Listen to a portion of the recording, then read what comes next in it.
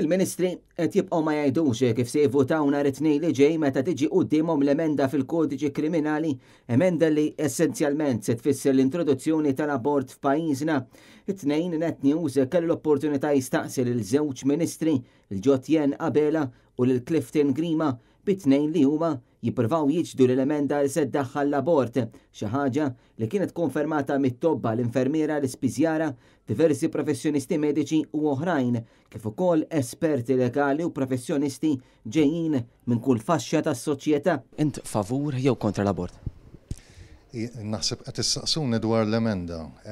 Personalment inti favur jew kontra l-abort? Naħseb li qed issaqsuni dwar l-emenda. Din l-emenda l-intenzjoni tal-emenda hija emenda fil-liġi li l-intenzjoni tagħha hija li tissalvagwardja il-ħajjiet. Naħseb illi huwa żbaljat li wieħed jagħmel referenzi għall-emendi fil-liġi u jgħid illi b'xi mod jew ieħor dawn għandhom x'jaqsmu mal-abort. Meta saqsejna direttament il-Ministru Ġotjen Qabela jekk hux favur jew kontra l-abort, huwa naqas milli wieġeb.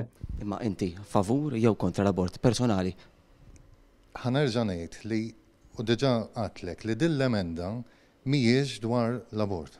Fost id-diversi persuni li tkellmu kontra din l-emenda kien hemm anki esponenti tal-Partit Laburista li qalu li l-liġi li jrid idaħħal Robert Qabela hija emenda li se tdaħħal l-abort f'Malta.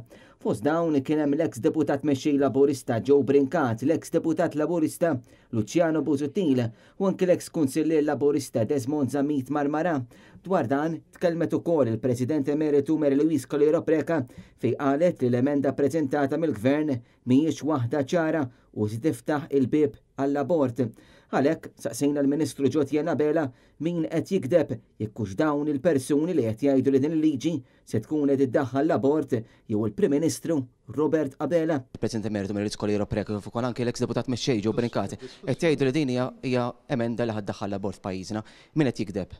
Huma jew Robert Qabela? Mhix kwestjoni ta' gideb, id-diskussjoni għadha għaddejja. Il-President Emeritu Mary Louise Collier Oprekka fost ħafna persuni oħra qalet li diskussjoni dwar din l-emenda ma saretx b'dan l-element jidher fil-beraħ fil-protesta nazzjonali kontra l-abort ta' ftit jemilu li għalija attendew 20,000 persuna.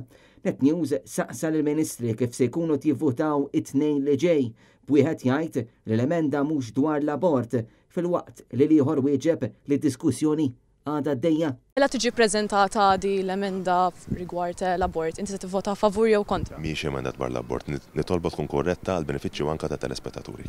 Il-Prim Ministru Robert Qabela dejjem kien ċar u konsistenti li l-emenda hija favur il-ħajja. Okay? Se tkun qed tivvota nhar it-tnejn li ġej? Id-diskussjoni għadha sejra. James Aronellu, Net News.